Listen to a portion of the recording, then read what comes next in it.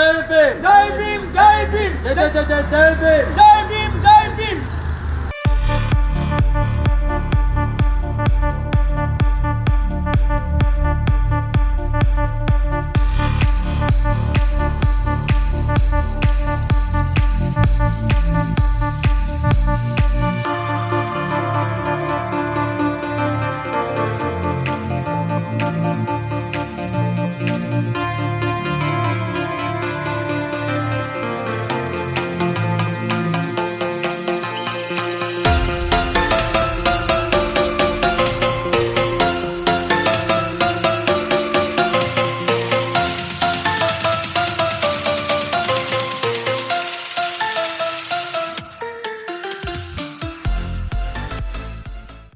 ಜೈ ಭೀಮ್ ಭೀಮನುಡಿ ಮಾದೇಶು ಮಾದೇಪುರ ದಲಿತ ಸಂಘ ಸಾದರಮಂಗಲ.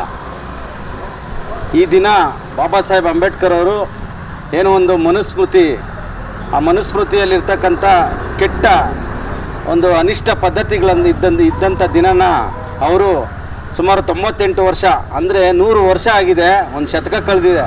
ಆ 100 ವರ್ಷಗಳ ಹಿಂದೆಯೇ ಅವರು ಈ ಒಂದು ಅನಿಷ್ಟ ಪದ್ಧತಿ ಇರಬಾರ್ದು ಅಂಥೇಳಿ ಆ ಮನುಸ್ಮೃತಿಯಲ್ಲಿರ್ತಕ್ಕಂಥ ಕೆಟ್ಟ ಪದ್ಧತಿಗಳ ಬಗ್ಗೆ ಓದಿ ಜನಗಳಿಗೆ ತಿಳಿ ಹೇಳಿ ಆ ಮನುಸ್ಮೃತಿಯನ್ನು ಅವರು ದಾನ ಮಾಡ್ತಾರೆ.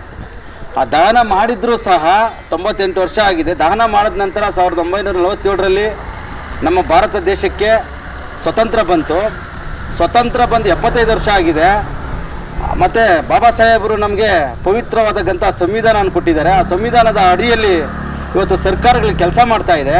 ಆ ಸರ್ಕಾರಗಳೆಲ್ಲ ಒಂದು ಕಡೆ ಕಣ್ಮುಚ್ಚಿ ಕುಳಿತಿದ್ದಾವೆ.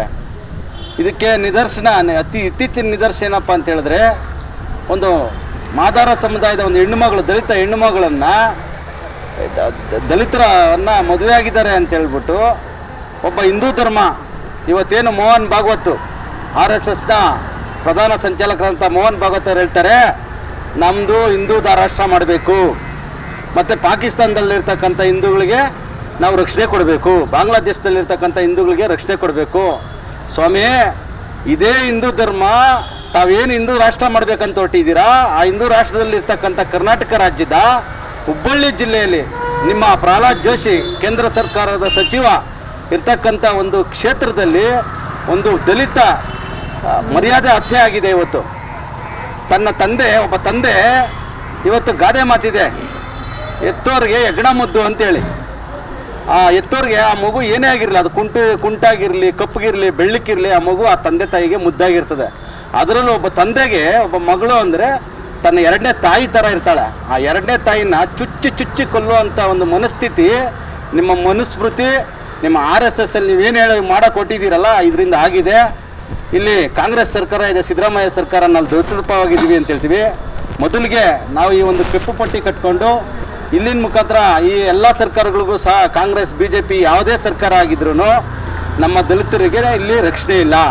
ಹಾಗಾಗಿ ಬಾಬಾ ಸಾಹೇಬರು 98 ವರ್ಷ ಆಗಿದೆ, ಅವರು ಹೇಳಿ ಹೋಗಿ ಈ ಥರ ಪದ್ಧತಿಗಳಿದೆ, ಇದನ್ನೆಲ್ಲ ನಿರ್ಮೂಲನೆ ಮಾಡಬೇಕು, ಇದರ ಅಡಿಗೆ ನಾವು ಹೋಗಬಾರ್ದು ಅಂತೇಳಿ. ಆಗಿದ್ರೂ ಸಹ ನಿರಂತರವಾಗಿ ದಲಿತರ ಮೇಲೆ ಶೋಷಣೆಗಳಾಗ್ತಾ ಇದೆ.